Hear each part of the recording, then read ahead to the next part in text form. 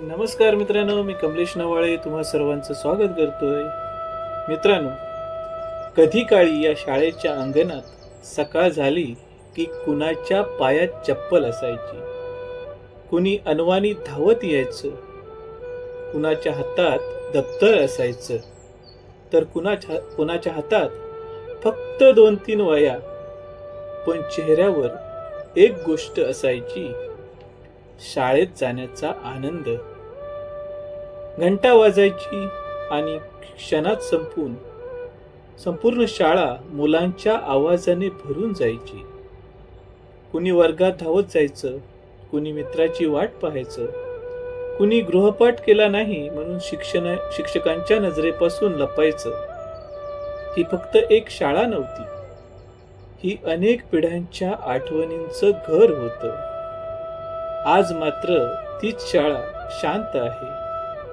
फळा आहे, बाकं आहेत, खिडक्या आहेत, पण मुलांचा तो गोंगाट नाही. कधी काळी 100 ते 150 विद्यार्थ्यांनी भरलेला वर्ग आज मोजक्या विद्यार्थ्यांवर आला आहे. पटसंख्या कमी झाली आहे आणि या कमी झालेल्या पटसंख्येबरोबरच हळूहळू कमी होत चाललाय गावच्या शाळेचा श्वास. कोकणातील अनेक गावांमधील माध्यमिक शाळा म्हणजे फक्त शिक्षणाचं ठिकाण नव्हतं, ती होती गावाची ओळख, गावातील मुलांच्या स्वप्नांची पहिली पायरी, आई वडिलांच्या आशेचा ठिकाण आणि शिक्षकांसाठी आपलं दुसरं घर. पण गेल्या काही वर्षात परिस्थिती बदलली. गावातील अनेक कुटुंब शहराकडे वळली. मुंबई, नवी मुंबई, पुणे, कोल्हापूर आणि इतर शहराकडे रोजगाराच्या शोधात जाणाऱ्या कुटुंबाची संख्या वाढली. त्याचा सर्वात मोठा फटका गावच्या शाळेला पडला. आज गावात अनेक घरं वर्षभर बंद असतात. दाराला कुलूप, अंगणात गवत आणि घरांच्या भिंतीवर जुन्या आठवणी. कधी काळी त्या घरातून 2-3 मुलं शाळेत जायची. आज ते घरच बंद आहे. मग शाळेतील विद्यार्थी कुठून वाढणार? एका शिक्षकांच्या हातात उपस्थितीची वही आहे. ते नाव पुकारतात, 1 2 3 4 आणि मग शांतता. कधी काळी ज्या वर्गात 30-40 मुलं बसायची, आज तिथे मोजकी मुलं बसलेली दिसतात. शिक्षक शिकवत आहेत, मनापासून शिकवत आहेत, पण त्यांच्या मनात एक प्रश्न नक्की असतो, उद्या माझ्या वर्गात मुलं किती असतील?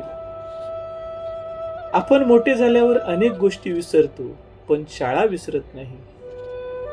पहिल्यांदा नाव फळ्यावर लिहिणारा शिक्षक, पहिल्यांदा मिळालेली शाबासकी, पहिल्यांदा केलेली प्रार्थना, पहिल्यांदा रंगवलेला नकाशा, पहिली कविता, पहिली परीक्षा, पहिला मित्र आणि शाळेच्या मैदानावर खेळलेला तो शेवटचा खेळ.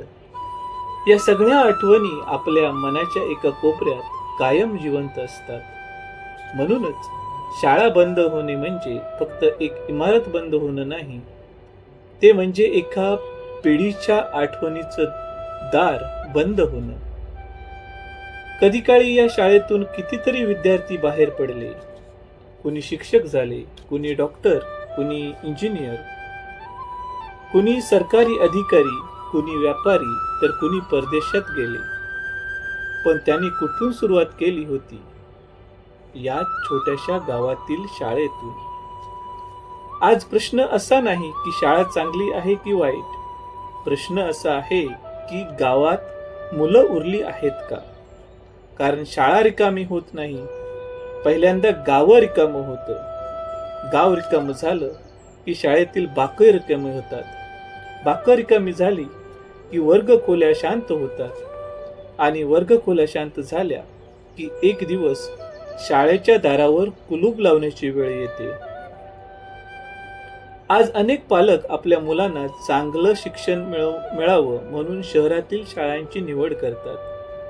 ही त्यांची चूक नाही, प्रत्येक आई वडिलांना आपल्या मुलाचं भविष्य चांगलं हवं असतं, पण त्याच वेळी एक प्रश्नही निर्माण होतो.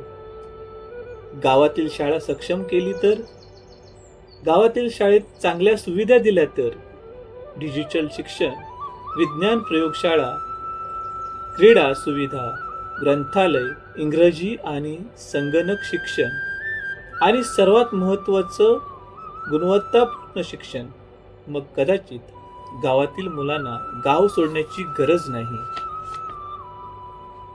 ही मोजकी मुलं फक्त विद्यार्थी नाहीत, ही आहेत शाळेच्या शेवटची आशा. त्यांच्या आवाजामुळे आजही शाळेच्या भिंती जिवंत आहेत. त्यांच्या हसण्यामुळे आजही अंगणात अर्थ आहे. त्यांच्या पावलामुळे आजही शाळेची घंटा वाजते. म्हणूनच या मुलांचा आवाज थांबू देऊ नका. शिक्षक आजही त्याच उत्साहाने शिकवत आहेत. विद्यार्थी आजही त्याच उत्साहाने शिकत आहेत.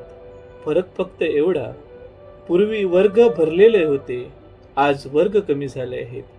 पण स्वप्न अजूनही तितकीच मोठी आहेत. कधीतरी या शाळेत शिकलेला एखादा माजी विद्यार्थी पुन्हा आपल्या गावात येईल. तो शाळेच्या दाराशी उभा राहील, जुन्या भिंतीकडे पाहील, जुन्या वर्गाकडे पाहील आणि कदाचित त्याला आठवेल, इथेच मी पहिल्यांदा अ लिहिला होता. इथेच मी पहिल्यांदा शिक्षकांनी शाबासकी दिली होती. इथेच माझे मित्र भेटले होते. आणि मग त्यांच्या डोळ्यात नकळत पाणी येईल. कारण शाळा सोडता येते, पण शाळेच्या आठवणी सोडता येत नाहीत. घंटा फक्त एक शाळेची घंटा नाही, ही आपल्या बालपणाची घंटा आहे. ही आपल्या गावाची आठवण आहे. ही आपल्या मातीशी जोडलेली नाळ आहे. आज ती घंटा वाजते, पण तिचा आवाज कमी होत चाललाय. कारण पटसंख्या घटली आहे. आपण विकासाच्या दिशेने चाललो आहोत. शहरे मोठी होत आहेत, रस्ते मोठे होत आहेत, इमारती उंच होत आहेत.